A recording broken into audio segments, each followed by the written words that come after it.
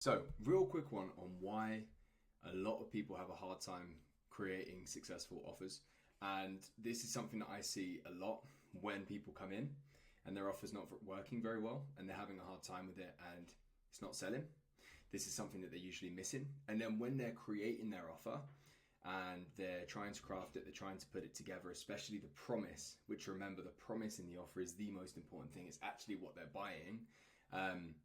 This is the thing that gets them tripped up, that they have a very hard time with actually being able to do it in the right way. And there's a good reason for that.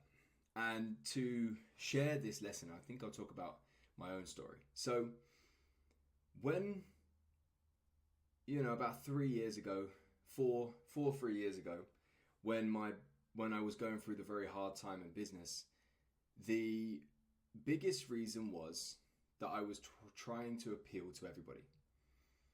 I didn't even have like a clear offer, but if I did and I knew what my promise was, it was very, very, very vague. And I was kind of letting the prospect decide on what it would mean for them. If I had to put it into words right now, it would probably have been something like, I'm going to help you find your power and find purpose and take charge of your life, right? So I was really letting the prospect decide what that meant for them. And I thought that was a good move 3 years ago, right? I thought that was a good move because I, as a coach, knew that, what success means or their idea of success and everything else is up to them, not me. And I knew that I could help with so many different things that I didn't want to box myself in. And I wanted to be able to keep myself broad so I could help more people because I knew how good I was, right? That's what was going on in my head. Now, here's the reality. What was really happening with my offer that was explained and articulated in this way was people were hearing me and they said, oh, that sounds so good. They loved my content. They loved my messaging. They were hearing me out. They were saying, that sounds so good. But they weren't buying. They were saying, that sounds great, but maybe down the line. Or sometimes they're saying, that sounds great, I'll think about it.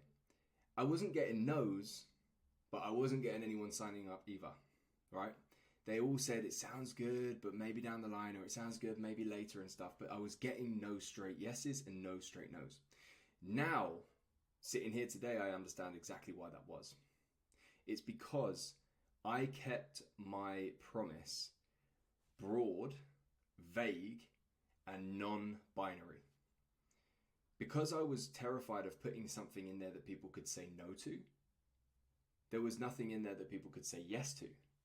It was nice sounding language that sounded good to everyone, but it did not sound concrete enough for someone to actually decide, yes, I want to buy that.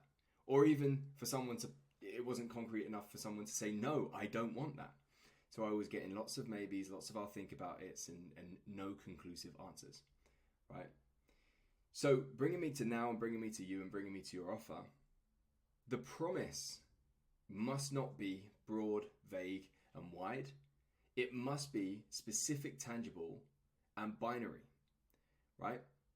And when we're coming up with offers, when you're coming up with your offers, when you're coming up with your promise of your offer, what you say that is going to happen to them within the time frame, the thing that so many people are terrified of is specificity and binary, because you're terrified to put something in there that someone might not want, right? You're terrified to put something in there and be too tangible, too specific, and too binary that someone might not want that.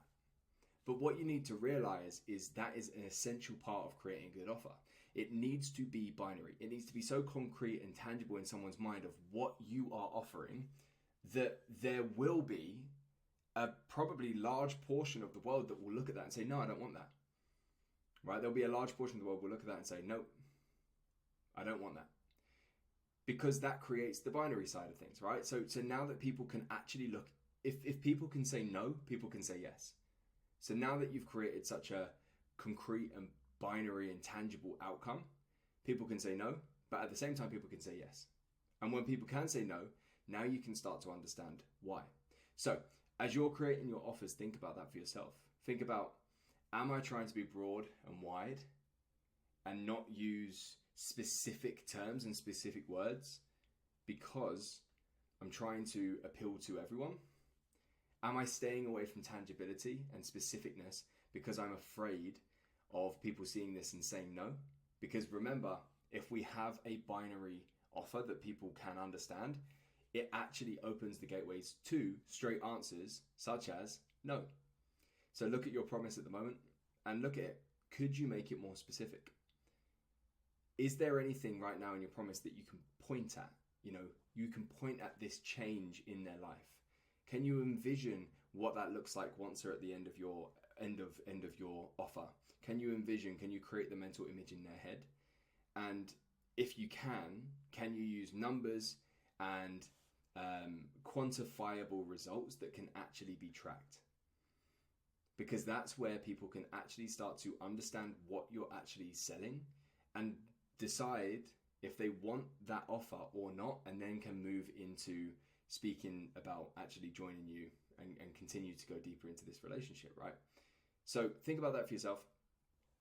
And final little part of that, don't worry about specificity, right?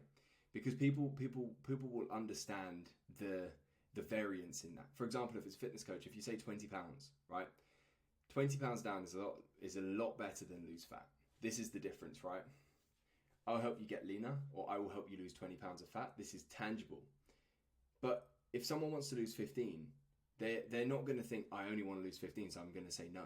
They're gonna understand the variance in this, right? But it's so much better if we can create that tangible outcome that people can say yes to and people can say no to. So think about that in your offer. And the biggest thing I want to just kind of hammer home here is realize that is one of the biggest things that holds people back, is that they're terrified to put something inside the offer that people can say no to.